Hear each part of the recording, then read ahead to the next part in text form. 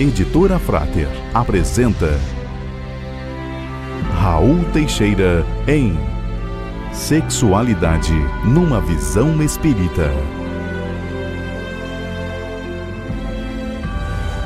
Raul, o que você pode dizer sobre os métodos contraceptivos cirúrgicos nos organismos masculino e feminino?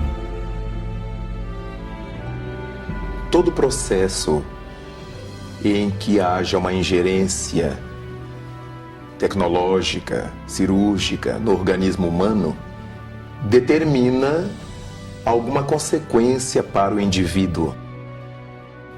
Toda invasão que se opere, que se processe no organismo humano tem que ter uma finalidade como qualquer outra cirurgia. Em O Livro dos Espíritos, as entidades do bem, diante da pergunta de Kardec a respeito das incisões que são feitas nos corpos dos seres humanos e dos animais, com o fim de obstaculizar a reprodução, os espíritos perguntam qual é o sentido dessa intervenção. Se não houver nenhum motivo sério, grave, logicamente que deverá ser evitado. Mas a medicina na Terra corresponde às mãos de Deus junto à sociedade humana. A medicina bem orientada, bem estruturada, responsável, certamente reproduzirá a vontade do Criador junto à sua criatura. Todo médico tem o sentido de ética de saber quando e por que recomendar aos seus pacientes a laqueadura, a vasectomia, nos casos em que isso seja necessário. Daí, nem tanto ao mar, nem tanto à terra, nem liberar totalmente essas intervenções e nem tentar proibi-las, porque para tudo deve haver um sentido ético, com consequências morais indispensáveis. Quais as consequências biopsíquicas durante a etapa reencarnatória e após a desencarnação advindas da cirurgia de mudança de sexo? Nós vivemos na Terra sob o regime da responsabilidade individual. Embora saibamos que toda intervenção que se opere sobre o corpo, se não houver um sentido ético, justo, determinará consequências muitas vezes nefastas para o ser espiritual. Obviamente que a divindade tem lentes muito próprias, um olhar muito específico para as criaturas transexuais que desejem fazer alterações na sua morfologia genital. A partir disso, cabe nos permitir que a providência divina analise cada caso, independentemente das análises que já tenham sido feitas pela ética médica, uma vez que nenhum médico realiza essa intervenção sem um sentido que ele analise e verifique que tenha razão de ser. Obviamente que respeitamos o livre-arbítrio de todas as criaturas, transexuais ou não, que decidam fazer essas cirurgias. Se a medicina chegou a esse ponto, elas são possíveis, elas são passíveis de acontecer. Nada obstante, todas as vezes em que incorrermos em determinado tipo de cirurgias, em determinadas buscas para modificar o nosso corpo, sem que para isso haja um sentido positivo, de acordo com as leis de Deus, todos teremos que herdar as consequências nefastas de tal atitude. Pode haver prejuízo na atividade mediúnica ou na aplicação de passes se o trabalhador mantiver relações sexuais nas horas que precedem o início do trabalho ou na noite anterior? É uma questão de grande relatividade, que não se pode absolutizar. Obviamente, para realizar um trabalho qualquer, nos preparamos antes, descansamos, repousamos, até para o nosso trabalho profissional. Não se justificaria para um médium, para um tarefeiro do bem, que antes dos seus trabalhos de mediunidade, em que a mente estará envolvida com o mundo dos espíritos, em que ele precisará estar tranquilo em sua intimidade para captar essas frequências mais altas, para entrar em boas sintonias, que ele apele para uma vivência libidinosa, que provoca a excitação de sua mente, que o retira desse tipo de sintonia mais fina com o mundo espiritual superior. Então é uma questão de bom senso. Obviamente, numa emergência, numa necessidade que a divindade saberá avaliar, uma criatura que estivesse envolvida numa situação dessa e sem saber que logo adiante seria requisitada para aplicar um passe, ela tem o atenuante de não saber e não vai se negar a prestar um serviço porque acabou de ter um relacionamento íntimo com alguém. Nada obstante, se esse trabalho já é definitivo e definido, se já existe a consciência de que naquele dia e naquele horário estaremos atendendo ao trabalho da mediunidade ou dos passes, obviamente não nos custa fazer essa ligeira dieta, esse pequeno regime e aguardar para depois darmos vazão às nossas necessidades ou desejos de ordem sexual. A masturbação possui consequências psíquicas deletérias? Quando se fala em masturbação, o prazer gerado pela própria criatura, nós entendemos com a psicologia que essa prática determina um relaxamento das tensões sexuais. Todo indivíduo, fora os casos patológicos de vícios graves, que apelam para a masturbação, deseja aliviar-se dessas pressões íntimas da libido. Obviamente que isso caracteriza determinadas fases da vida do indivíduo, principalmente na adolescência, no conhecimento do corpo, conhecimento de suas funções, quando a criatura se sente descobridora das suas possibilidades. Para casos extremos de carências e outras situações muito bem definidas pela medicina, pela psicologia.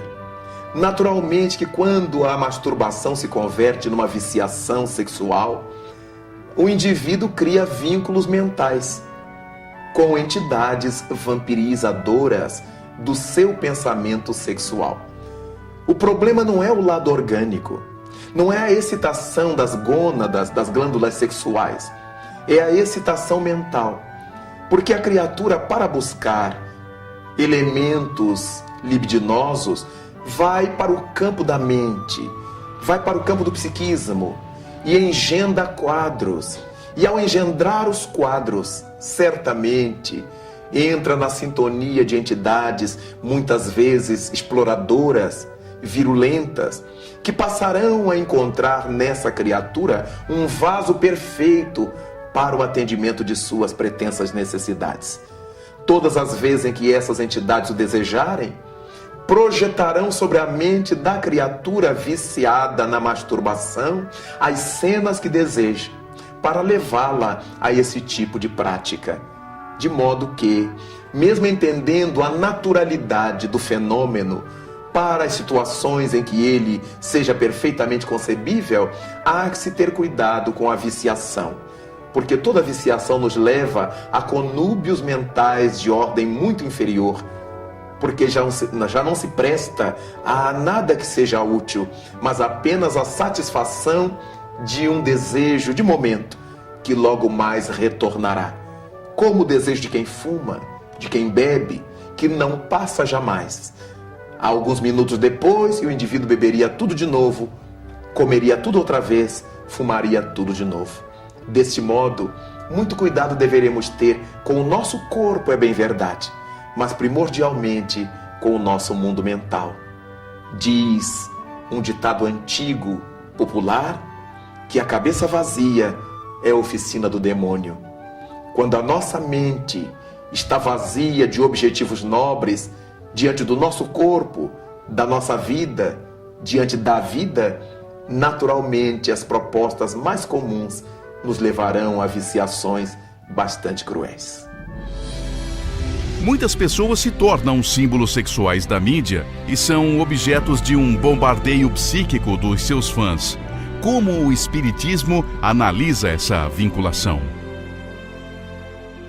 Nós aprendemos com o Evangelho de Jesus que a cada um é dado conforme suas obras. Todas as criaturas que aceitam essa pecha de símbolos sexuais passam a ser alvos do pensamento desajustado de todas as criaturas que a veem como tal. E desse modo, se elas se abrem para isto, se aceitam isto como uma grande honraria terrestre, passam a assimilar esses pensamentos nefastos, viciosos, que certamente acabam por lhes produzir patologias, enfermidades, dificuldades psíquicas variadas, levando muitas vezes a problemas de enfermidades graves, de fundo psicossomático. Jesus Cristo estabeleceu que o escândalo é necessário. Ai, porém, daquele que provoque o escândalo. Se o símbolo sexual é o provocador de todos esses tipos de excitações mentais que se desbordam das mentes humanas sobre ele, ele absorverá essa onda nefasta, essas energias grotescas, esses fluidos envenenados. E é muito comum que apareçam lesões no aparelho genital, lesões nas glândulas sexuais, tormentas psiquiátricas, criaturas que passam a ter enxaquecas intermináveis, dores de cabeça, alucinações, sem saber que tudo isto é fruto dessa onda mental na qual se alimenta, na qual se nutre. Quando vemos nas bancas de jornais, nas bancas de revistas, as incontáveis revistas de nus, sejam chamados de nus artísticos ou nus eróticos, e vemos aquela quantidade de moças e de rapazes, de homens e de mulheres expostos ao desejo alheio, não podemos imaginar sequer o quanto de tormentos passarão a experimentar a partir do dinheiro que ganharam nas fotos eróticas que produziram. Porque, afinal de contas, a cada um é dado conforme suas obras. E se as nossas obras são de libidinagem, com o único interesse de despertar a excitação libidinosa das pessoas, nós recebemos na mesma contrapartida. Porque a toda ação corresponde a uma reação de mesmíssima intensidade, mas de sentido oposto, como o bumerangue. Em ambientes públicos, muitas pessoas se cobiçam sexualmente. Quais as implicações espirituais desse comportamento?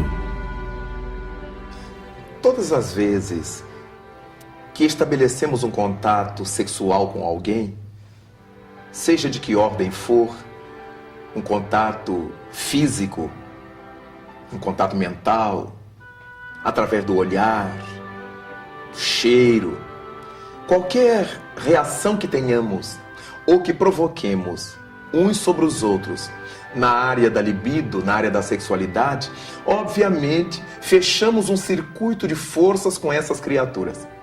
Não foi à toa que Jesus Cristo estabeleceu que quando um homem olhasse com uma mulher com ideias lascivas, ele já teria adulterado com ela. Certamente que nos dias de hoje Jesus Cristo diria que também toda mulher que olhasse para um homem com a mesma intenção já teria abusado dele. Isso não significa dizer que a pessoa olhada, se não estiver participando, seja cúmplice da adulteração. Mas, se ela se tornar cúmplice da adulteração, um carregará em si o produto psíquico do outro. Eu carregarei energias do outro, ao qual cobiço em mim, e o outro que também me cobiça levará em si as minhas energias, meus fluidos. Por isto o indivíduo fica na mente do outro. Quando pensamos libidinosamente, nos advém a imagem daquela criatura, até que consumemos o ato com ela. A sua imagem vai provocando em nós aquele tipo de tormentos, de excitação e de desejo de busca, até que consumemos o ato. Em muitos casos, quando essas criaturas-alvo estão fora do nosso alcance, São elementos das mídias, são artistas, são cantores, são desportistas, ou seja lá quem for que esteja fisicamente distante de nós, trataremos na tormenta que nos alcança de buscar aquele tipo de realização com outras pessoas. O que será utilizar outras pessoas como vasos dos nossos desejos que alimentamos com as pessoas das mídias. Daí, todo cuidado deverá ser pouco quando estejamos desejando alguém, desejos sem responsabilidade. É diferente de quando alguém olha outro alguém, deseja formar um par com essa criatura, assumir responsabilidades com essa criatura e a partir daí admitir uma vida em comum debaixo da maturidade que a relação espera existir. Mas se for apenas essa aventura do cotidiano, nós corremos riscos muito grandes, porque não sabemos a que tipo de entidade se acha vinculada a outra pessoa. Se ela é mais ou menos sexual do que nós, se ela é muito mais ou muito menos excitada ou excitável do que nós, e de repente entramos num contexto biopsíquico de graves consequências a partir de um enamoramento de momento, num elevador, num bar, numa cena qualquer da vida onde estejamos. Não se trata de apavorar as criaturas, de dizer que ninguém pode ter desejo sobre alguém, mas se trata de dizer que a nossa mente é poderosa, mas as mentes alheias também. Sonhos eróticos são indícios de transtorno sexual? Nem sempre os sonhos eróticos são indícios de transtornos de ordem sexual. Toda criatura humana vive fantasias eróticas em determinadas fases da vida ou durante toda a sua vida. O problema grande não é este. A questão é quando nós alimentamos de tal modo essas fantasias que passamos a ter sonhos eróticos com aquelas pessoas que cobiçamos no nosso cotidiano. Colega de trabalho, colega do clube, uma pessoa da família, esposas de outras pessoas, maridos de outras pessoas. E graças a esse poder da mente, nós passamos a ter sonhos freudianos, sonhar com essas pessoas como se de fato elas estivessem tendo uma relação de intimidade conosco. O sonho vai se tornando agradável ou profundamente perturbador. Juramos que sonhamos com aquelas pessoas, quando muitas vezes entidades perversas se fazem mostrar com a expressão daquelas pessoas, para nos vincular cada vez mais a elas. Daí decorrem tantos crimes, tantos problemas graves na relação social e em função disto. E isso é tão antigo na humanidade que Santo Agostinho, do século II, já foi partidário de uma tese que era a tese dos espíritos íncubos e dos espíritos súcubos. Acreditava-se que os espíritos íncubos fossem demônios masculinos que, durante as noites, durante os sonhos, viessem perturbar as mulheres humanas, e manter relações íntimas com elas. Enquanto que os demônios súcubos eram demônios femininos, que viriam durante os sonhos perturbar os homens, mantendo contatos sexuais com eles. Esses íncubos e súcubos não passam de seres espirituais, que se valem da nutrição que oferecemos ao pensamento, as fantasias que alimentamos no cotidiano, para nos excitar, perturbar a nossa oportunidade de relaxamento pelo sono, de descanso pelo sono. E muitas vezes essas pressões são de tal ordem que o indivíduo chega à ejaculação, o que nas fases jovens da vida são as poluições noturnas dos rapazes, ao longo da existência, pode ser provocado por essas insinuações espirituais, essas ações espirituais que são alimentadas pelas fantasias que nutrimos em nossa consciência. Diante das graves dores morais que os abusos sexuais causam, como proceder a mulher que, sendo vítima de um estupro, acaba engravidando? Não há dúvida de que toda gravidez decorrente de um estupro, como todo estupro que não cause gravidez, é uma violência tremenda que se comete contra uma criatura. Dentro das leis de reencarnação, nós sabemos que essa mulher que sofre um estupro dessa natureza carrega em si energias tais que foram capazes de acionar a libido, a perturbação daquela criatura que se viu por ela atraída de uma maneira ou de outra. No entanto, uma vez que tenha engravidado, importante é não matar. Jamais tisnar as próprias mãos com o sangue do seu próprio filho, justificando a violência sexual, justificando o estupro. Por mais terrível que tenha sido o estuprador, deixou a mulher viver. E ela que se sente superior a ele, não deverá se dar o desplante de matar seu próprio filho. Se essa criança incomodá-la, deixe no hospital. Entregue a outras mãos, mas não a mate. Porque quando matamos alguém, nos tornamos devedor desse alguém e devedor das leis morais da vida. Nos fazemos assassinos, porque desde o momento da concepção, segundo a visão do Espiritismo, já existe vinculado aquele corpinho ao embrião que se forja um espírito imortal. E quando lhe matamos o corpo, lhe frustramos a possibilidade de renascer e interrompemos um caminho que Deus permitiu fosse traçado. Toda mulher violentada, agredida sexualmente a ponto de engravidar, tem o direito de ficar triste, de perturbar-se, mas não de matar. Buscar socorro na medicina, na psicologia, apoio na religião, nos amigos, para atravessar os 9 meses da gestação conturbada, mas não matar jamais.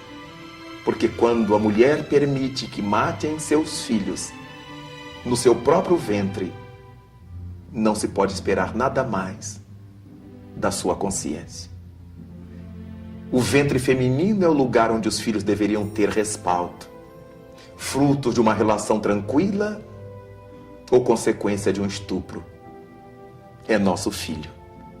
Depois que nascer, então, definamos o que queremos fazer com ele, mas nunca matemos. É este um dos mandamentos captados por Moisés do plano superior do mundo dos espíritos: o não matarás. Não há nenhuma justificativa. Matar mulher, jamais. Tenha seu filho. Muitas vezes, quando ele chorar, quando você olhá-lo frontalmente, quando sentir nos seus braços o corpinho frágil, não terá coragem de dá-lo, muito menos de matá-lo.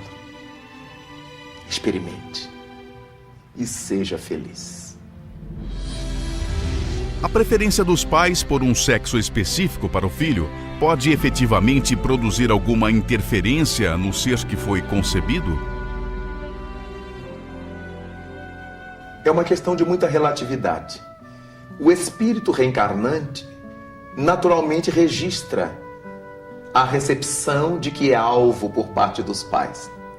É muito natural que pai ou mãe, ou ambos, digam entre si ou digam para os amigos: ah, nós gostaríamos que viesse uma menina, gostaríamos que fosse um menino. Isso é perfeitamente cabível. Mas ao mesmo tempo esses pais receberão com bonomia o filho que vier. Então, claro que isso não vai causar problemas sobre o espírito que se vê acolhido pelo amor, pelo carinho desses pais. Nada obstante, existem casais em que o pai rejeita a criança se não tiver nascido o sexo que ele esperava. A mãe rejeita o filho quando não nasceu com a morfologia que ela queria. Há mães que queriam meninas e passam a enfeitar seus meninos como meninas até determinada idade, criando-lhes no psiquismo, na psicologia, graves conflitos. Daí então, essas situações causarão problemas no desenvolvimento da criança.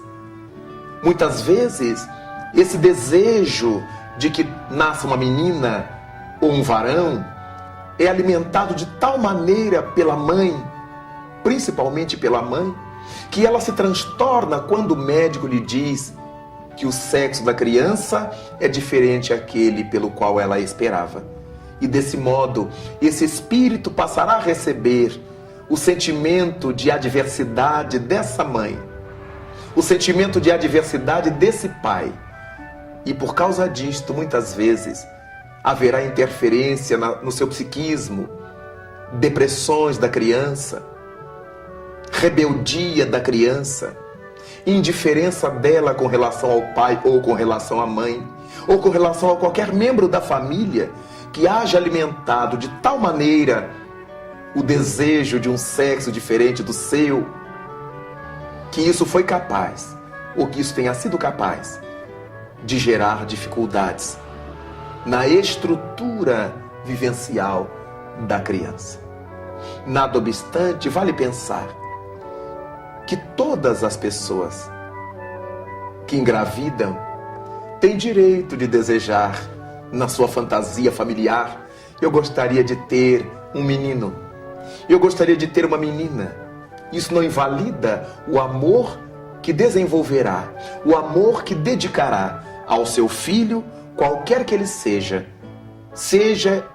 qual seja a morfologia em que nasça, porque em verdade, quando a gente ama, não importa o sexo. Como a doutrina espírita analisa o adultério? O adultério, enfocado desde os tempos de Moisés, no Velho Testamento da Bíblia judaica, é um fenômeno da criatura humana. O indivíduo humano renascido na Terra tem em sua natureza ainda rudimentar essa tendência à traição. O adultério é um tipo de traição. E nós podemos adulterar tantas coisas. Adulteramos a língua que falamos, adulteramos o que os outros falam, adulteramos uma imagem que vemos, simulamos coisas que não estão acontecendo. E existe esse processo da traição entre cônjuges, que nos acostumamos a chamar de adultério. Obviamente que é alguma coisa reprochável pelo bom senso, independente de que seja um bom senso à luz do espiritismo. Qualquer pessoa amadurecida entenderá que, não gostando de ser traída, não deverá gostar de trair, seguindo a proposta de Cristo, de fazer ao outro o que gostaríamos que o outro nos fizesse. Desse modo, cabe a cada criatura que se sinta tentada a trair o outro, pedir ao outro socorro, ajuda, abrir seu coração, abrir sua alma. Fulano, fulana, eu tenho uma tendência terrível à diversificação. Gostaria que você me ajudasse. Quando tiver que sair, de ir à festa, vá comigo, me acompanhe, me facilite lutar contra essa pressão que eu sofro. Naturalmente que o outro não gostará, mas se sentirá devidamente confortável por ter merecido a confiança dessa exposição. É natural na criatura humana, ainda nos níveis que encontramos na Terra, essa inclinação ao adultério. Não é nada recomendável. E foi por isto que no Velho Testamento judaico, Moisés permitiu que os homens dessem carta de divórcio às suas mulheres. Hoje, as mulheres dariam também aos seus esposos, pela dureza dos vossos corações, diz Moisés. Porque no princípio não era assim. Por causa da dureza dos corações, é que Moisés permitiu que uma criatura deixasse outra, que o marido abandonasse a esposa numa sociedade machista como era a sua, e que hoje permitiria que também a mulher deixasse o seu esposo, quando houvesse esse nível alto de desrespeito e que o amor não fosse capaz de cobrir, de superar, de enfrentar. É notório que a chamada revolução sexual alcançou a grande mídia, com a crescente exposição de imagens e conceitos antes tidos como tabus ou tratados de forma restrita. Como deve ser entendida essa situação? Todas as vezes que as mídias entram na questão da sexualidade, costumam fazê-lo de forma deficiente. As propagandas governamentais estão sempre buscando resolver os efeitos, seja através de preservativos, seja através de coisas que não educam, apenas criam hábitos mascaradores. Seria importante que todas as mídias que adentrassem na questão sexual tivessem por trás de si indivíduos humanos educados a tal ponto que pudessem projetar o prazer e suas consequências. E ao invés de induzir as pessoas simplesmente ao uso das camisinhas, dos preservativos de que ordem for, também lhes ajudasse a suplantar o instinto, a reeducar o instinto, porque nós não somos irracionais. Nós sabemos que na hora em que temos fome, se devemos comer ou se devemos esperar um pouco. Se é para comer na hora em que a fome chega ou se é para nos alimentar horas depois. A criatura que raciocina deverá saber usar o que a mídia oferece, quando seja positivo, e descartar o que seja negativo. Neste capítulo, estamos encontrando o sexo através da internet. Quantos jovens são arrastados por essa caudal? Quantas crianças são mal formadas por esse incentivo?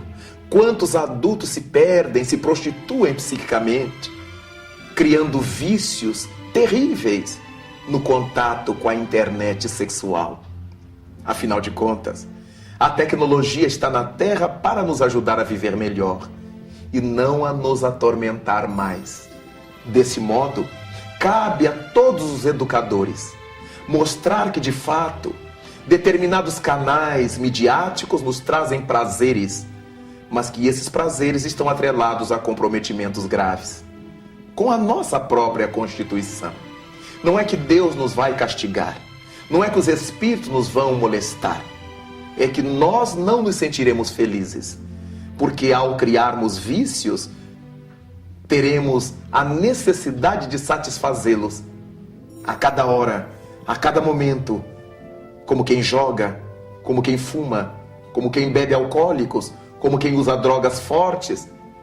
Será mais difícil o controle. Na sexualidade, as coisas não se passam diferente. E isso também se dará.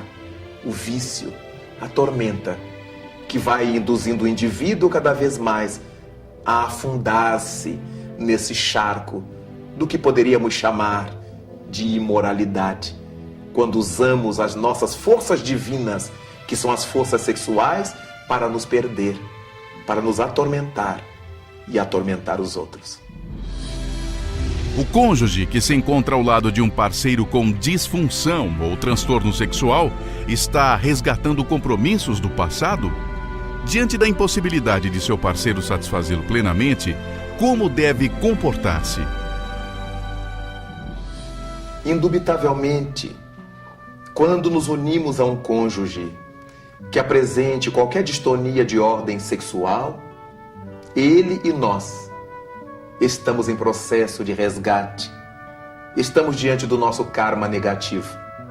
Nós ambos necessitamos desse processo reeducador para encontrarmos a felicidade buscada mais cedo ou mais tarde.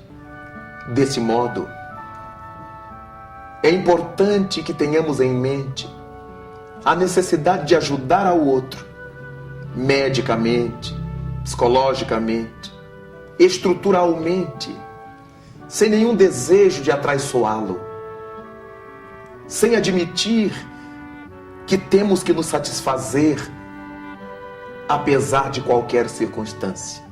Até porque cada criatura humana tem um nível de satisfação sexual diferente da outra. Não existe um padrão de satisfação sexual. Há pessoas que estão satisfeitas sexualmente com o olhar do outro, com o carinho do outro, com o toque físico do outro.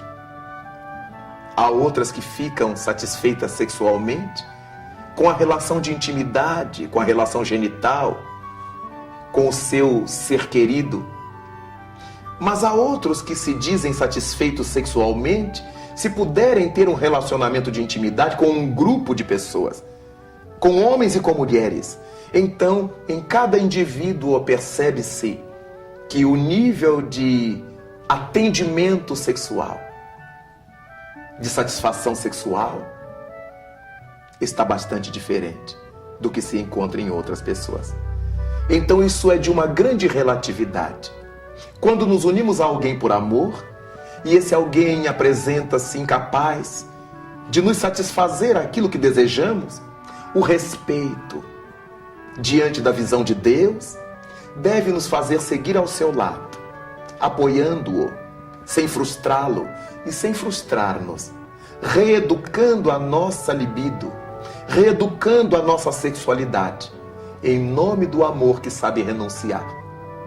Naturalmente que vivemos num mundo como o nosso, de provas e expiações, e que certamente a criatura humana terá que dar conta desses compromissos quando ela não consiga respeitar o tálamo conjugal, respeitar o cônjuge comprometido com problemas de saúde sexual. Cada qual vai responder por si, e a divindade analisará por meio de suas leis aqueles que já teriam condições de se suplantar e não o fizeram, e não o conseguiram, e aqueles que não tinham condições e se deixaram arrastar pelo rio das vicissitudes na sexualidade. Será sempre importante que quando o nosso cônjuge apresente disfunções, o respeitemos. Até quando pudermos estar liberados desse compromisso para assumirmos novos compromissos, realmente sob o signo da felicidade. O que devemos entender da postura de dois parceiros que, sem ter compromissos afetivos sexuais com terceiros, mantêm entre si relações sexuais, cientes de que o relacionamento deles não resultará em uma convivência duradoura? Este é um quadro muito comum no mundo em que nós vivemos. Pessoas se conhecem, passam uma noite, passam dias, ficam, encontram-se. Não há maiores compromissos, apenas o desejo que um tem para com o outro. É óbvio que este projeto não faz parte das leis divinas. Este é um projeto que faz parte dos hábitos humanos. A divindade os compreende, sem dúvida, pelo nível de evolução em que nos encontramos. Mas nós criamos vínculos que seriam dispensáveis com criaturas que muitas vezes nada têm a ver com a nossa vida, nada tem a ver com a nossa realidade espiritual. Mas por causa daquele momento de prazer que se deseja ter, sem compromissos, em nome dessa liberdade atitudinal, nós criamos tantos amarramentos, tantas amarrações para um futuro complicado. Porque todas as vezes que fazemos sexo com alguém, fechamos um circuito de forças com esse alguém. Passamos a nos nutrir das energias dessa pessoa e ela das nossas. E é por causa disso que antes que queiramos fazer um sexo sem qualquer compromisso, analisemos bem se seremos capazes de depois suportar as consequências desse relacionamento, que verdadeiramente não sabemos quais serão, porque não podemos jamais imaginar as consequências de nossas atitudes sobre a mente do outro com quem nos relacionamos. Às vezes garantimos por nós, mas não conseguimos garantir pelo outro. Vale a pena, a partir disso, pensar bastante, como pessoas adultas, maduras, responsáveis, se conseguiremos dar conta depois das consequências desses nossos atos. Alguns benfeitores espirituais recomendam educação e controle para o sexo. Terapeutas sexuais defendem a liberação de forma responsável. À luz do Espiritismo, como devemos analisar essa questão?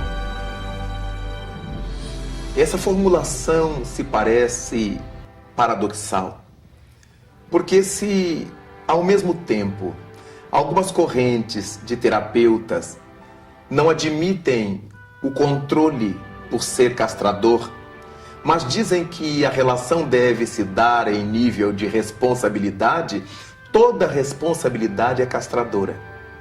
Toda responsabilidade já me diz que eu não devo fazer o que eu quero, devo fazer o que deva. Então, é apenas uma questão de ponto de vista, mas estamos falando a mesma coisa. Quando os espíritos falam de controle, é de responsabilidade.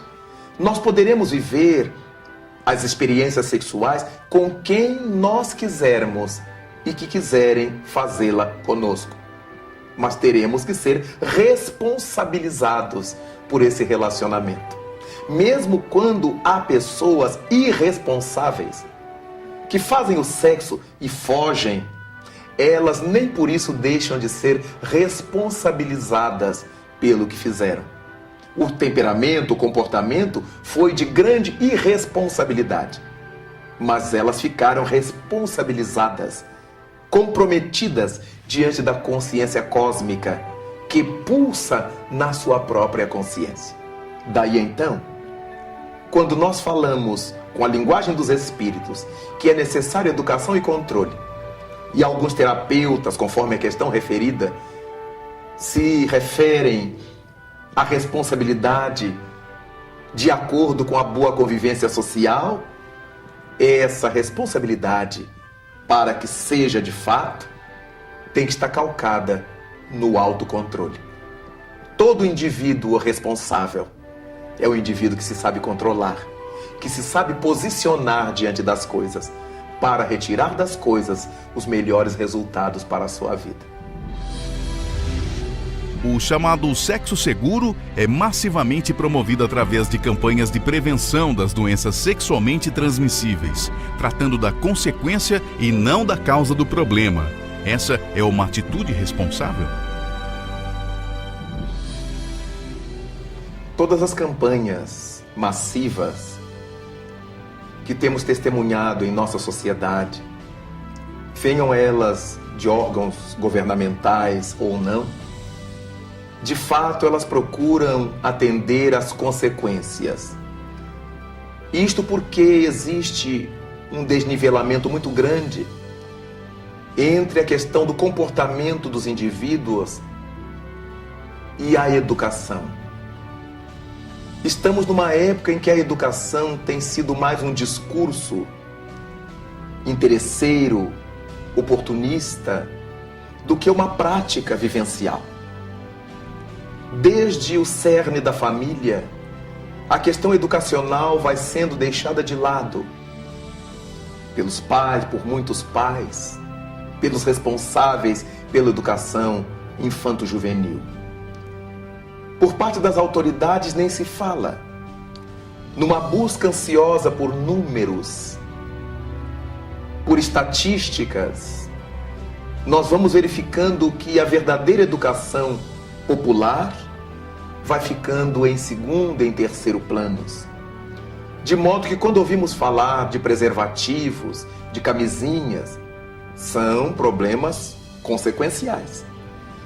Deveríamos trazer à baila a questão educacional. O que é o sexo? Com quem vivenciar-se o sexo? O ser humano não pode ser uma máquina de prazer. A criatura humana não pode ser buscada apenas para o prazer.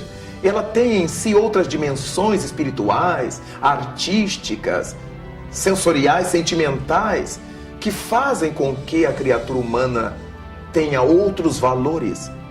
Não podemos olhar para uma pessoa e ver-lhe o corpo. Temos que aprender a ver na criatura que a gente gosta, que a gente admira, a sua mente, a sua sensibilidade, a sua estesia, a sua arte, a sua inspiração, para que essa pressão sexual que envolve a criatura na sociedade possa diminuir um pouco.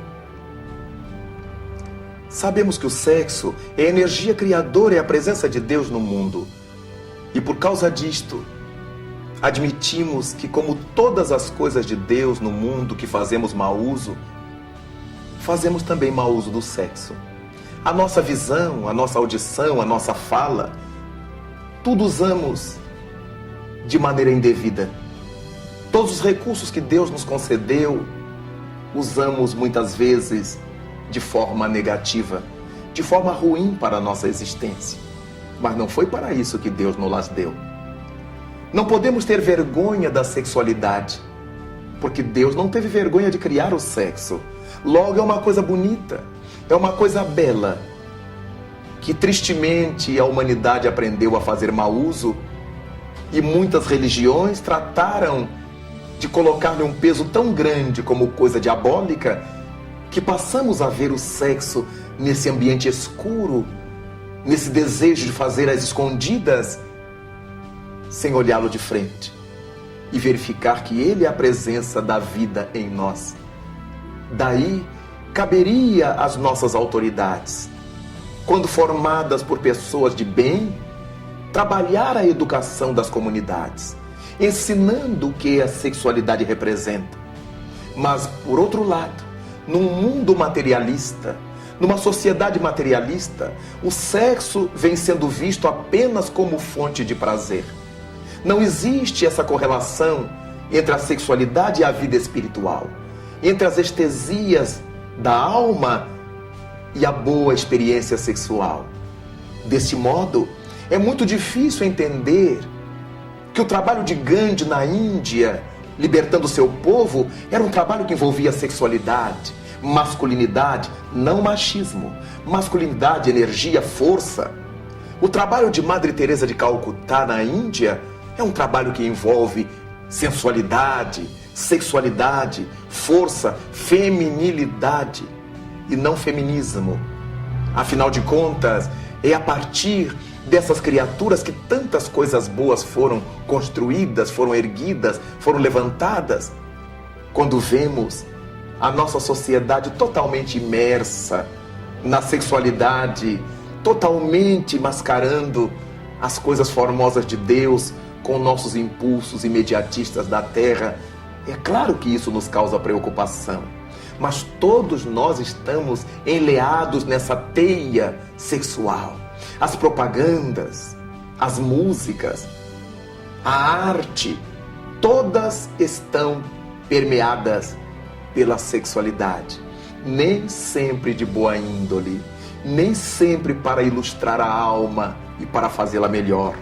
Cabe a cada criatura de bom senso, pai, mãe, irmão, professor, mestre, autoridades educacionais, pararem para pensar que o mundo seria bem melhor, as sociedades se relacionariam bem melhor se o sexo, presença de Deus na criatura humana, fosse mais respeitado e não fosse encarado apenas como uma fonte de prazer sensorial.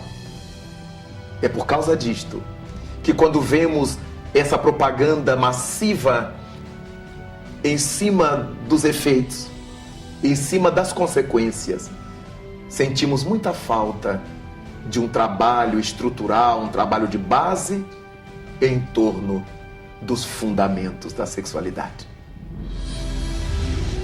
Tratando de sexualidade, muitas vezes nos vem à mente a questão do sexo biológico.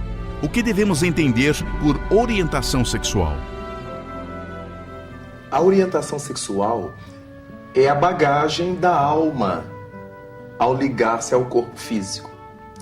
Quando nós olhamos o Livro dos Espíritos, na questão 202, Allan Kardec pergunta: quando no mundo espiritual, o que prefere o espírito? Nascer como homem ou como mulher? Aí está uma questão bastante importante, uma pergunta notável. E os espíritos respondem para o codificador que pouco importa. O que importa para o espírito que vai nascer na Terra é o gênero de tarefa que ele terá que enfrentar. De acordo com a tarefa que ele tenha que desempenhar no mundo, um corpo feminino poderá ser-lhe mais útil do que um corpo masculino, ou vice-versa. Então, para o espírito, desembocar suas energias num corpo de homem ou num corpo de mulher dependerá do tipo de atividades que ele venha para realizar. Com isto, quando a criatura renasce, existem fatores familiares, educacionais, fatores internos que determinam a sua orientação sexual. É a partir daí, quando a criança se desenvolve e entra na adolescência, que ela fica naquele lusco-fusco, naquela dualidade de inclinações, ele vivencia as experiências com seu pai, com outros homens, com sua mãe, com outras mulheres, e se identifica mais com um, mais com outro ou com ambos. E a partir daí, para muitos espíritos, surge a chamada orientação sexual. Alguns se tornam homossexuais. Significa que o que lhe satisfaz a mente é a energia masculina. E se eles carregam um corpo masculino, eles se tornam homossexuais. Porque eles gostam da energia do mesmo sexo. Se se tratar de uma menina que encontra essa alimentação numa psicologia feminina, naturalmente ela será homossexual. Haverá outros que se identificam tanto com um, tanto com outro, e poderá adotar uma inclinação bissexual. Para a sua atividade sexual, libidinosa, tanto faz o relacionamento com homens, quanto com mulheres. Para eles o prazer, a experiência os levará ao mesmo lugar. Então são chamados de bissexuais. E há dentro dessa questão de orientação sexual variados caminhos que a alma pode escolher para percorrer. Não se trata de serem endemoniados, doentes, encapetados. Não se trata disto. Trata-se de uma alma num processo de experimentação, de vivências, de lutas, de conquistas, que fará com que ela se defina para levar a sua vida adiante. O que pesa na questão sexual não é a orientação se o indivíduo é hétero, é homo, é bissexual. O que importa é o seu caráter, é a maneira como ele vive, como ele enfrenta a vida, como ele realiza a sua existência. Na nossa sociedade, existe um hábito muito cruciante, muito negativo, que é aquele de nós analisarmos as pessoas por sua orientação sexual. Se alguém se disser heterossexual, pode fazer o que quiser, que ninguém mais dará importância à sua honra, à sua moralidade. Mas se for homossexual, todos os holofotes estarão voltados para esse indivíduo, que pagará com suor e lágrimas a sua orientação sexual. É importante pensar que na nossa sociedade, jamais alguém cobra do heterossexual o fato dele ser corrupto, de ser venal, de ser uma pessoa de má vida, de má índole, de ter várias mulheres ou vários homens, porque são heterossexuais. Então o problema da nossa sociedade precisa ser a moralidade, a ética com que os indivíduos vivem, e não a escolha que fizeram para a sua vida de intimidade, que afinal de contas não diz respeito a ninguém. Todas as vezes em que passamos a priorizar a inclinação sexual de alguém, a orientação sexual de uma pessoa, em prejuízo de tudo quanto essa pessoa é e faz, a nossa sociedade está em rumos muito perigosos. Porque então os indivíduos mentirão, falsearão, fingirão ser o que não são, com medo do desgaste social. Quantos que se bandeiam para o casamento para se ocultar, para se esconder, porque o indivíduo sendo casado, homem ou mulher, ninguém mais desconfia dele. Mas se ele for solteiro, se ela for solteira, então os olhares da sociedade começam a bisbilhotar a sua orientação sexual. Ninguém pode fazer opção por ficar só, por morar só, sem que a sociedade bisbilhote e conclua quanto à sua homossexualidade, bissexualidade, etc. Daí, o nosso cuidado em verificar que a nossa orientação sexual diz respeito à nossa vida privativa e não aos outros. Desde que não estejamos causando prejuízos à sociedade com aquilo que escolhemos como nossa inclinação, como nossa orientação, e isso diz respeito a nós e daremos conta disso à nossa consciência e à divindade. Para a sociedade caberá o respeito com que respeitamos as leis, com que vivemos as leis, com que cumprimos nossos deveres, com que atendemos a nossa ação social pública. Daí então, todo respeito deveremos ter com as criaturas de quaisquer orientações sexuais. Em nome do livre-arbítrio, cada qual pode escolher para si aquilo que bem desejar. E a conta que cada um prestará, repito, será com a sua consciência e com as leis de Deus, que nela estão inseridas. Quando falamos de amor, de exemplos maiores, muitas vezes é citada a sublimação do amor. É cabível falarmos em sublimação do amor nos dias atuais? Teríamos exemplos para seguir? A questão da sublimação, desde sempre encantou os pensadores, os poetas, os filósofos. E Sigmund Freud teve ensejo de definir, nos seus estudos psicanalíticos, a questão da sublimação sexual. Estabelece Freud que muitas almas humanas, muitas criaturas humanas, podem abrir mão da vivência sexual, libidinosa, genital, para dedicar essa sua energia a uma obra social de peso, a um labor para com a sociedade, a uma arte, a uma outra estesia qualquer. Alguém poderá abdicar da vida libidinosa, da vida sexual genital, em prol de alguém, em prol de criar crianças num lar de orfandade, de cuidar de idosos, de atender à tarefa da música, da arte, em qualquer das suas expressões, sem que isso a desmobilize como criatura humana. Pelo contrário, isso lhe trará estesias diferentes. Analisando Freud, podemos entender que esses indivíduos que sublimam suas energias da libido estão encontrando um outro caminho para a sua satisfação sexual, já que a energia sexual é a presença de Deus em nós. É graças ao sexo que nós recriamos, que somos co-criadores com Deus. Por causa disto, a sublimação é possível mesmo nos dias de hoje.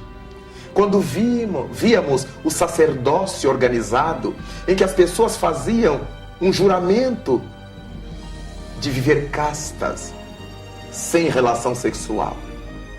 Mas um casal que se ama, que se respeita, pode ser casto, vivendo a relação sexual. A castidade não advém da abstenção sexual em si mesma. A castidade advém da forma respeitosa e grandiosa com que se vive a sexualidade. A castidade é um modo de ser, não é uma prática em si. Há muita gente que é casta para a sociedade, porque não se casou, porque recebeu ordens religiosas, sejam quais forem, mas tem uma vida mental libidinosa, prostituída, atormentada. Logo, elas não são espiritualmente castas. Enquanto há homens e mulheres que não abriram mão de sua relação íntima de sexualidade, mas fazem com tamanho amor e respeito de um para com o outro, que o seu relacionamento é casto.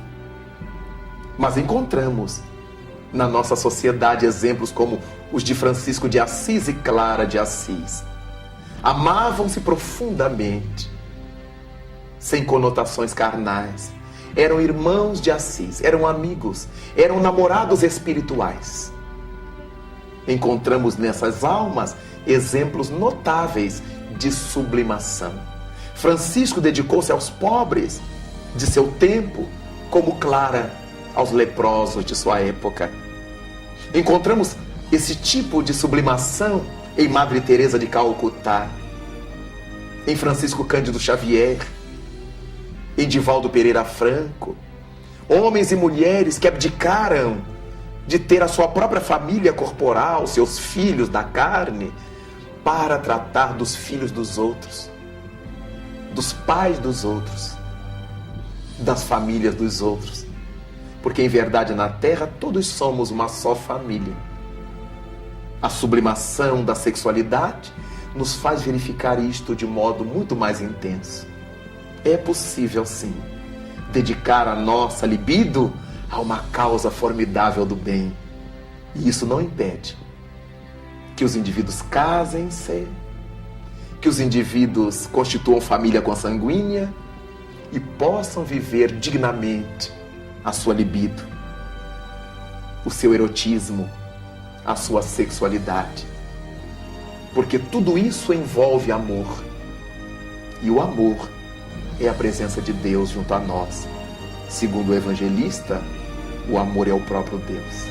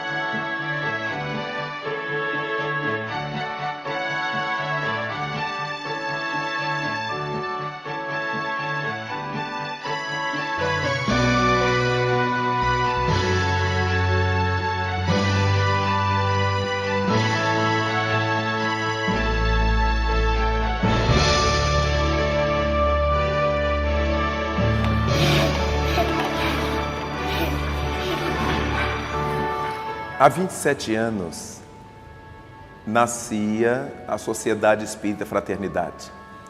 Essa sociedade nasceu a partir do idealismo de um grupo de companheiros que vinham trabalhando desde 2 anos antes em atividades sociais em nossa cidade de Niterói.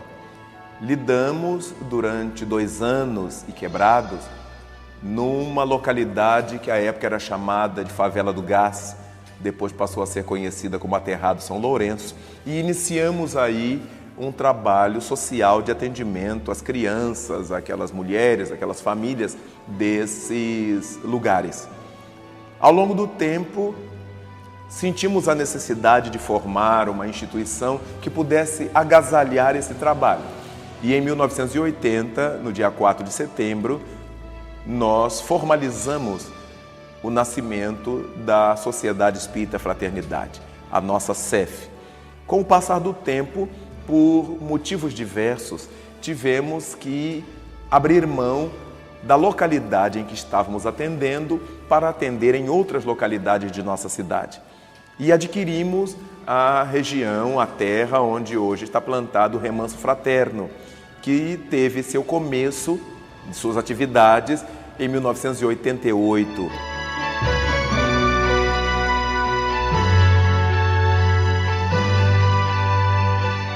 Eu já conheço o Remanso há mais de 10 anos, 12 anos talvez. Eu trabalho foi criado aqui o Remanso Fraterno. A gente dava aula ainda na sombra das árvores, então isso já tem uns 17 anos. Daí então, o Remanso Fraterno, que parte para completar 20 anos, certamente é o nosso polo de aplicação, de trabalho prático relativamente a tudo isso que vamos aprendendo na doutrina espírita.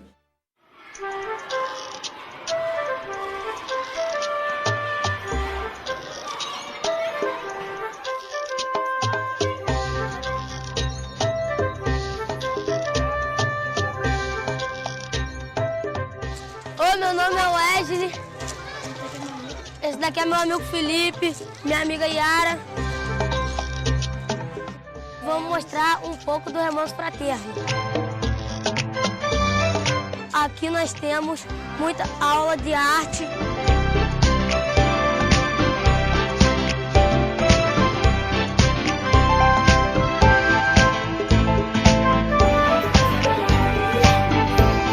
Aula de educação física.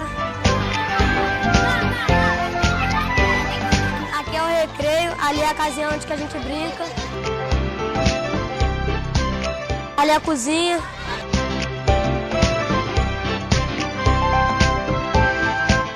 Ali é o campo onde que os meninos sempre jogam. Vamos lá.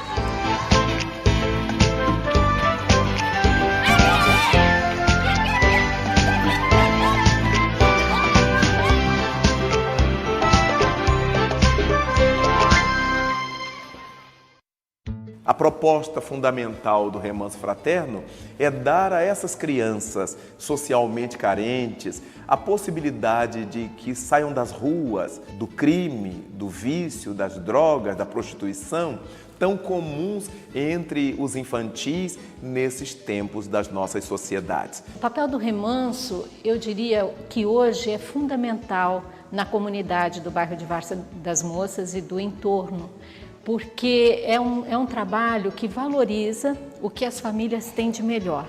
A gente procura resgatar a família através da criança e isso causa um impacto grande na medida em que nós ficamos com essa criança o dia inteiro e as mães ficam livres para trabalhar, para estudar e para poderem estar transformando as suas vidas. Aos sábados, abrimos o Remanso Fraterno para as aulas de evangelização.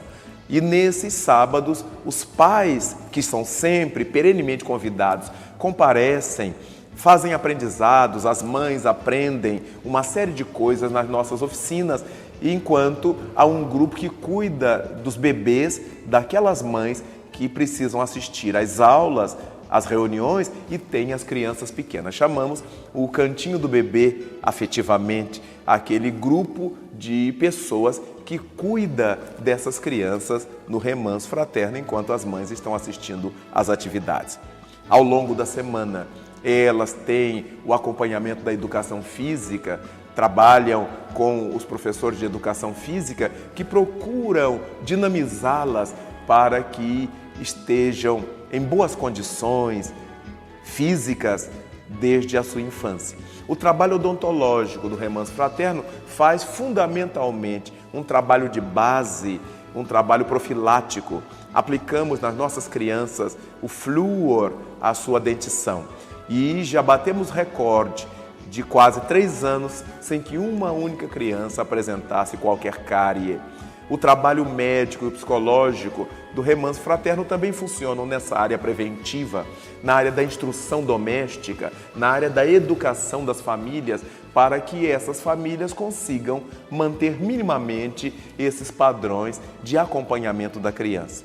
Estamos cada vez mais levando para o Remanso Fraterno esses pais para que participem conosco dessa empresa de levantar as crianças no rumo de Jesus. E também os exemplos que o Remanso promove na sociedade, né, de preservação ambiental, de atitude na área de educação. As crianças, elas são admitidas a partir dos 2 anos e meio, né, e ficam até o 5º ano.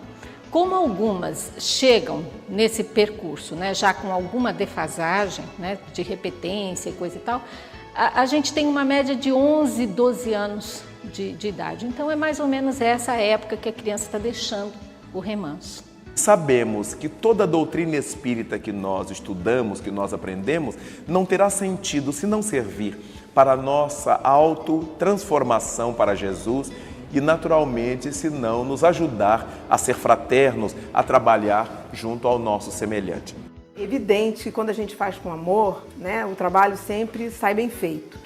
Mas na instituição espírita, a gente, além de ter o respaldo da doutrina espírita, a gente conta também, né, com o apoio dos amigos espirituais e a coisa flui muito melhor. A cada dia a gente aprende alguma coisa a mais sobre a vida, alguma coisa a mais sobre Deus, sobre a justiça divina, sobre a bondade, sobre as leis que nos regem.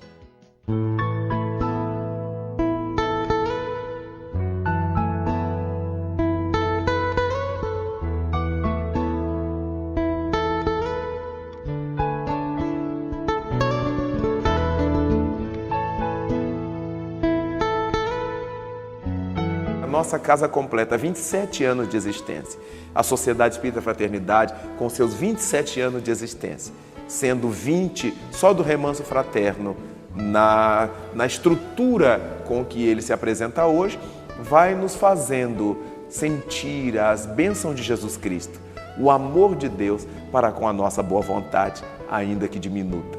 Eu vejo as pessoas que trabalham aqui muito à vontade, porque todas elas são acolhidas nas suas necessidades, são ouvidas, elas se sentem muito à vontade no Remanso Fraterno. O Remanso Fraterno é, assim, uma obra de amor que reflete o nosso sentimento fraterno diante das necessidades do mundo. Se ligar no papo e curtir que eu vou dizer, eu estudo no Remanso, vai valer. Se ligar nesse papo e curtir que eu vou falar, eu sou humano por cá, eu fecho o contato.